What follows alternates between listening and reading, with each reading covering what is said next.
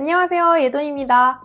여러분들은 미국이 앞으로도 강대국이 될 거라고 생각하시나요? 사실 미국은 자본주의 시작인 국가죠. 예전만큼은 아니지만 여전히 많은 기업들이 성장하고 거대 신생 기업들이 나타나는 대표적인 나라라고 전 생각해요. 그래서 미국이 경제 강국, 요런 이미지와 별명이 항상 있죠. 이 미국의 성장세, 내 돈도 여기에 같이 탑승시킬 수는 없을까? 미국의 자본주의 성장세에 같이 동참할 수 있을까? 네, 있습니다.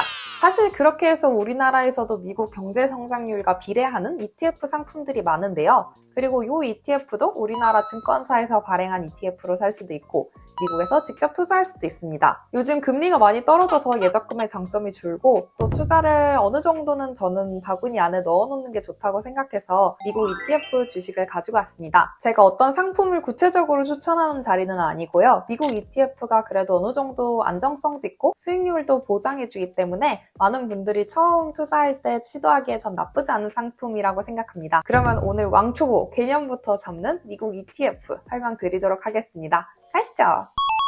이게 뭐냐면 저희가 미국에서 주식을 사고 싶어요. 그런데 기업들이 굉장히 많잖아요. 이 대기업 중에서 내 맘에 쏙 드는 거 사실 모르겠단 말이죠. 이쪽 기업 사자니 저쪽 기업이 오를 것 같고 또 얘 사자니 제가 오를 것 같고 이런 느낌이 들잖아요. 그래서 ETF는 사실 얘네들을 조금씩 떠서 새롭게 만든 상품이 ETF입니다. 이 많은 주식들 그리고 우리가 아는 대기업들을 조금씩 추종을 하는 금융상품인 거죠. 미국의 좀 유명한 주가 시장은 크게 3개가 있습니다. 다우지수, S&P 500 그리고 나스닥인데요. 다우지수는 미국에서 가장 오래된 지수로 미국의 대표적인 우량 종목 30개를 반영해요. 종목 수가 적은 만큼 시장 전체를 반영하는 데에는 한계가 있죠. S&P 500은 미국 시장을 가장 대표하는 지수로 시가총액에서 가장 큰 종목 500개를 뽑아서 걔네를 모은 게 S&P 500입니다. 사실 제일 유명하기도 하고 대표적인 지수인데 그 이유는 S&P 500 미국의 다양한 섹터들의 주식들을 포함하기 때문이에요. 나스닥엔 기술주들이 주로 들어가 있는데요. 총 3,000개 이상의 종목이 포함되고 우리가 흔히 아는 테크주들이 많이 포함이 되기 때문에 좀 더 공격적인 성향을 가지고 있습니다. 자, 그럼 질문. 애플은 어디에 들어가나요? 애플은 3개 다 들어갑니다. 이렇듯 지수들이 되게 칼 자르듯이 자르는 게 아니라 이 사이에서도 좀 겹치는 부분이 있습니다. 5년 성장률을 본 거기 때문에 코로나라는 특수성이 껴있긴 하지만 그래도 저는 어느 정도 자산을 미국에 투자하는 것이 좋을 거라는 생각이 들어요. S&P 1년 성장률만 봐도 15%거든요. 이제 성장률 자체로만 보면은 IT주들이 많이 껴있는 나스닥이 괜찮긴 한데요. S&P 500이 규모도 더 크고 다양한 섹터들의 주식이 모여있는 만큼 미국 주식시장을 전반적으로 볼 수 있다는 장점이 있으므로 저는 오늘 S&P 500 위주로 리뷰를 하도록 하겠습니다. 나스닥을 원하신다면 앞으로 소개해드린 상품들 중에서 S&P 500이라는 단어 대신 나스닥이 들어간 상품들을 찾으시면 돼요.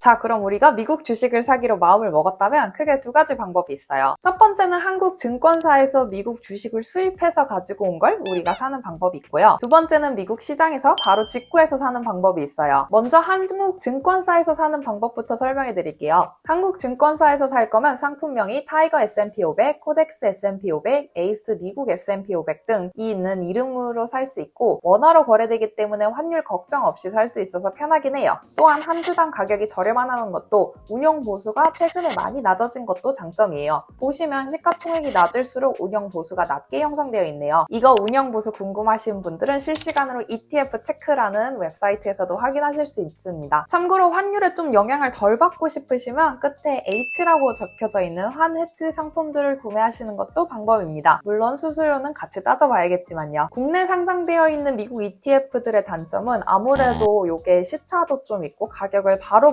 반영을 못한다는 단점이 있어요. 거기다 배당금, 매매 차익에 대해서 15.4%를 세금으로 내야 되고요. 연간 수익이 2천만 원을 초과하는 경우에는 최대 46.2%의 세금이 붙습니다. 그렇지만 어쨌든 국내에서 운영하는 상품이기 때문에 ISA, IRP 등의 연금저축 계좌들을 적극적으로 활용하면 세제 혜택도 같이 누릴 수 있다는 장점이 있죠. ISA는 조금 나중에 또 다뤄볼게요. 두 번째로 미국에 있는 ETF들을 바로 사실 거면 SPY, IBB, SPLG, VO 등이 있어요. 표로 보시면 순자산이 높을수록, 평균 거래량이 높을수록 안전하다고 생각하시면 됩니다. 사실 저희 입장에서 제일 중요한 건 수수료인데요. 이건 그냥 저희가 내는 돈이니까 무조건 낮을수록 좋단 말이죠. 예를 들어 SPDR이 가장 보수가 낮죠. 그런데 보면 이제 보수가 낮을수록 순자산도 좀 낮은 편에 속하니 이런 건 개인이 얼마나 안정성을 추구하느냐에 따라 달라질 것 같아요. 그리고 한 주당 가격도 같이 보면 좋을 게 한 주가 너무 비싸면 또 사기 부담스러울 수 있거든요. 미국에서 직접 투자했을 때의 단점은 환율 걱정이 있어요. 왜냐면 내가 살 때랑 팔 때 이 타이밍이 또 있는데 그 타이밍에 따라서 또 달러의 강세인지 약세인지에 따라 달라질 수 있단 말이죠. 달러가 떨어지면 그만큼 수익률도 같이 떨어지는 거고 달러가 오르면 내가 또 살 때 부담스러울 수도 있고 이게 또 반대 상황이면은 되게 좋고 이렇겠죠. 또한 미국에서 바로 주식을 사면 1년에 250만 원까지는 비과세고요.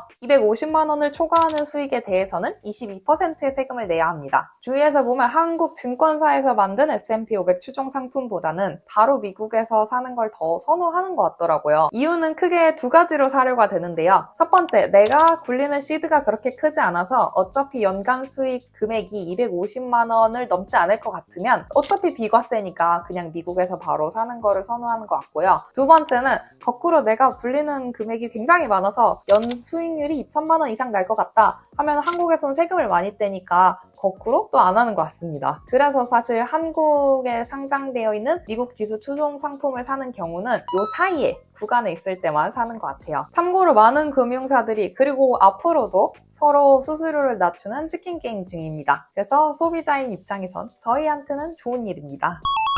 결과적으로 내가 미국이란 나라에 대해서 어떻게 생각하고 있느냐에 따라 다른 것 같아요. 어쨌든 단기적으로 보는 거에 대한 전망은 전문가들 사이에서도 살짝 갈리는 것 같더라고요. 관세 우려와 금리가 낮아질까 말까 하는 불확실성이 여전히 있긴 하지만 미국 내에서도 여전히 조기 금리 인하 얘기가 나오고 있고 기술주 위주로 낙관적으로 분석하는 케이스들도 있었어요. 이렇듯 저는 사실 단기적으로 시장이 어떻게 될지는 개인이 예측하기는 조금 불확실한 부분이 있다고 생각합니다. 그렇기 때문에 전반적인 경제 상황은 물론 당연히 봐야겠지만 조금씩 모으면서 코스트 레버리지 효과도 얻고 미국에 장기적으로 투자를 하는 것도 나쁘지 않을 거란 생각이 듭니다. 하지만 모든 투자의 책임은 본인한테 있기 때문에 제가 특정 상품을 권장드리는 건 아니고요. 세금이나 이런 거 좀 숫자, 팩트 위주로 정리한 걸로 한번 보시고 생각해 보셨으면 좋겠습니다. 사실 자본주의 시장의 끝판왕이 미국인 만큼 저희 구독자분들도 아시면 좋겠다는 생각이 들어서 정리해봤고요.